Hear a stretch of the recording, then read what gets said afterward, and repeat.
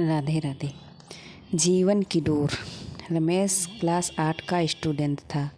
वह जब क्लास में होता तब बाहर खेलने के बारे में सोचता और जब खेलने का मौका मिलता तो वो कहीं घूमने के बारे में सोचता। इस तरह वह कभी भी प्रेजेंट मोमेंट को एंजॉय नहीं करता बल्कि कुछ ना कुछ आगे का सोचा करता।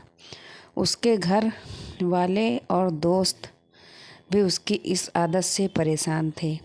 एक बार रमेश अकेले ही पास के जंगलों में घूमने निकल गया। थोड़ी देर चलने के बाद उसे थकान हो गई और वह वहीं नरम घासों पर लेट गया। जल्द ही उसे नींद आ गई और वह सो गया। सोने के कुछ देर बाद एक आवाज़ आई, रमेश रमेश। रमेश ने आंखें खोली तो सफ़ेद वस्त्रों में एक परी खड़ी थी। वह बहुत सुंदर थी और उसने अपने एक हाथ में जादुई छड़ी ले रखी थी और दूसरे हाथ में एक मैजिकल बॉल थी जिसमें से एक सुनहरा धागा लटक रहा था। रमेश परी को देखकर खुशी से झूम उठा और कुछ देर परी से बातें करने के बाद बोला, आपके हाथ में जो छड़ी है उसे तो मैं जानता हूँ, पर आपने जो ये बॉल ली हुई है उससे ये सुनहरा धागा कैसा लटक रहा है? परी मुस्कुराई, रमेश, यह कोई मामूली धागा नहीं, दरअसल यह तुम्हारे जीवन की डोर है। अगर तुम इसे हल्का सा खींचोगे तो तुम्हारे जीवन के कुछ घंटे कुछ सेकंड्स में बीत जाएंगे। यदि इसे थोड़ा तेज़ी से खींचोगे तो पूरा दिन कुछ मिनटों में बीत जाएगा। अगर तुम उसे पूरी ताकत से खींचोगे तो कई साल भी कुछ दिनों में ही बीत जाएंगे। तो क्या आप ये मुझे दे सकती हैं? रमेश ने उत्सुकता से पूछा। हाँ हाँ, क्यों नहीं। ये लो, पकड़ो इसे। पर ध्यान रहे, एक बार अगर समय में कुछ तुम आगे चले गए तो पीछे नहीं आ सकते। परी ने जीवन की डोर रमेश के हाथों में थमाते हुए कहा और फौरन अदृश्य हो गई।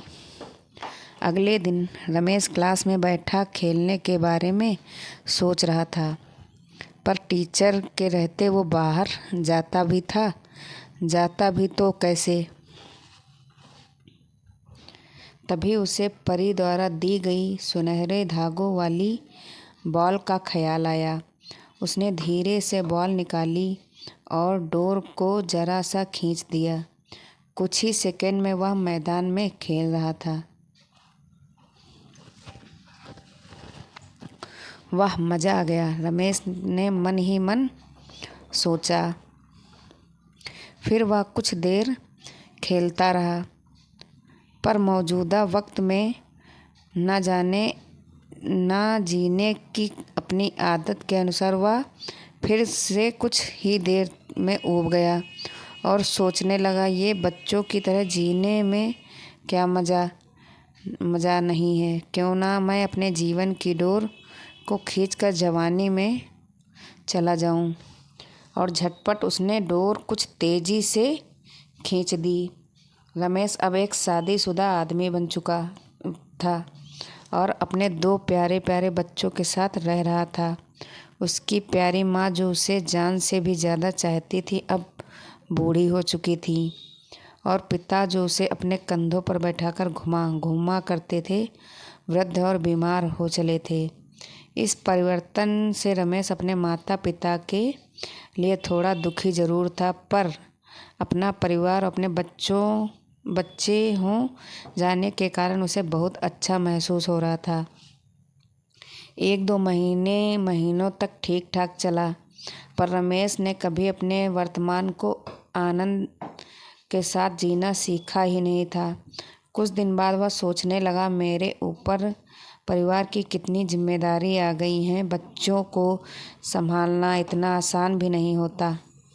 ऊपर से ऑफिस की टेंशन अलग है, माता पिता का स्वास्थ्य भी ठीक नहीं रहता। इससे अच्छा तो मैं रिटायर हो जाता और आराम की ज़िंदगी जीता। और यही सोचते सोचते उसने जीवन की डोर को पूरी ताकत से खींच दिया। कुछ ही दिनों में वह एक 80 साल का वृद्ध हो गया और अब सब कुछ बदल चुका था। उसके सारे बाल सफ़ेद हो चुके थे, झुर्रियाँ लटक रही थीं। उसके माता पिता कब के छोड़कर जा चुके थे। यहाँ तक कि उसकी प्यारी पत्नी भी उसकी किसी बीमारी के कारण मर चुकी थी। वह घर में बिल्कुल अकेला था। बस कभी कभी दूसरे शहरों में बसे उसके बच्चे उससे बात कर लेते। लाइफ में पहली बार रमेश को एहसास हो रहा था कि उसने कभी अपनी ज़िंदगी को एंजॉय नहीं किया। उसने ना स्कूल डेज में मस्ती की, ना कभी कॉलेज का मुँह देखा। वह ना कभी अपनी पत्नी के साथ नहीं कहीं घूमने गया और ना ही अपने माता पिता के साथ अच्छे पल बिताए। यहाँ तक कि वो अपने प्यारे बच्चों का बचपन भी ठीक से नहीं देख पाया। आज रमेश बेहद दुखी था।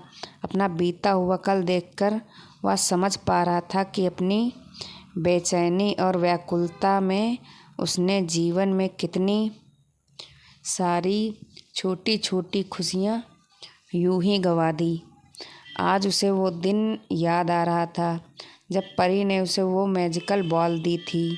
एक बार फिर वह उठा और उसी जंगल में जाने लगा और बचपन में वह जिस जगह परी को मिला था वहीं मायूस बैठ गया, अपने आंसू बहाने लगा। तभी किसी की आवाज़ आई, रमेश रमेश। रमेश ने पलट कर देखा तो एक बार फिर वही परी उसके सामने खड़ी थी। परी ने पूछा, क्या तुमने मेरा स्पेशल गिफ्ट एंजॉय किया? पहले तो वो मुझे अच्छा लगा, पर अब मुझे वो उस गिफ्ट से नफ़रत है।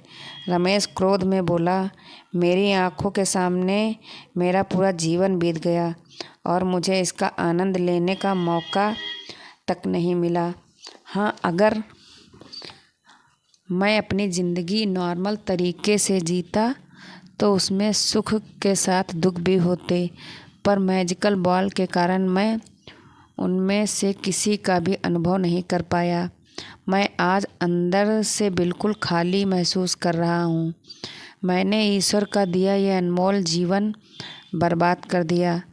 रमेश निराश होते हुए बोला, ओहो, तुम तो मेरे तोहफे के शुक्रगुजार होने के बजाय उसकी बुराई कर रहे हो।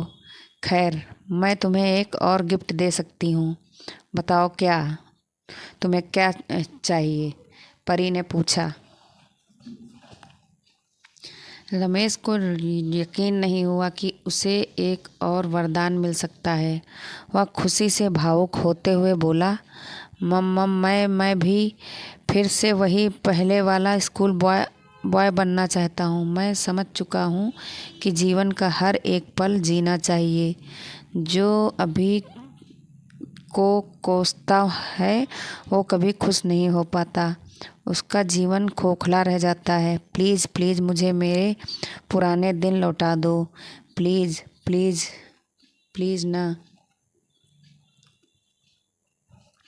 तभी एक आवाज़ आती है, उठो बेटा, तुम यहाँ इन जंगलों में कैसे आ गए? और ये सपने में प्लीज़ प्लीज़ क्या बड़बड़ा रहे थे? रमेश आंखें खोलता है और अपनी माँ को आंखों के सामने देखकर वह कसकर उनसे लिपट जाता है और फूट फूट कर रोने लगता है।